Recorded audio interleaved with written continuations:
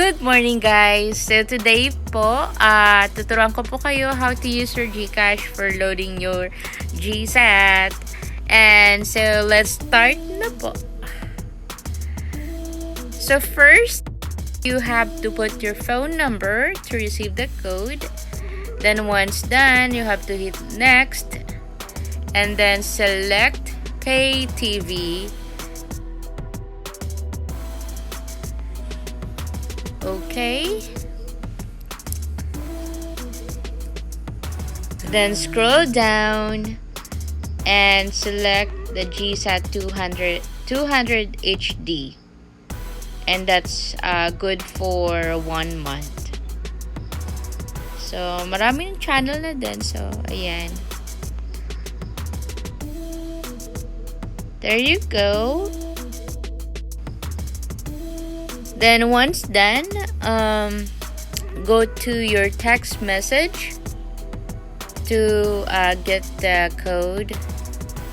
Then after nyan, ilalagay lang po natin siya sa note para mabilis lang mamaya ang pag-register.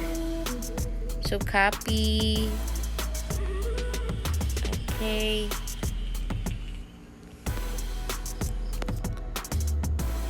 Then, para naman pag-register, so kailangan natin i-search yung gsat.com.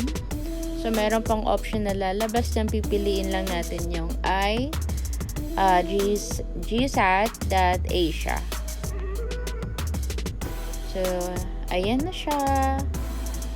So, we have to get the box number and the PIN code that we receive as a text message.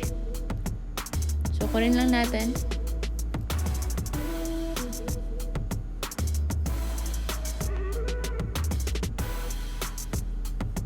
Sobrang bilis lang nito, guys.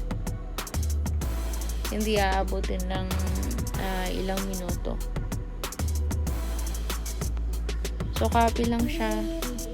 Lalagay na yung box number. Ayan, nakalagay na din siya. So, paste na lang. Ayan. So, we're almost done. Pagka-submit nyo na guys, okay na yan. Ilang segundo lang okay na siya. So, ayan lang guys. Hope you like this video. And don't forget to hit like and subscribe to my channel. Thank you so much.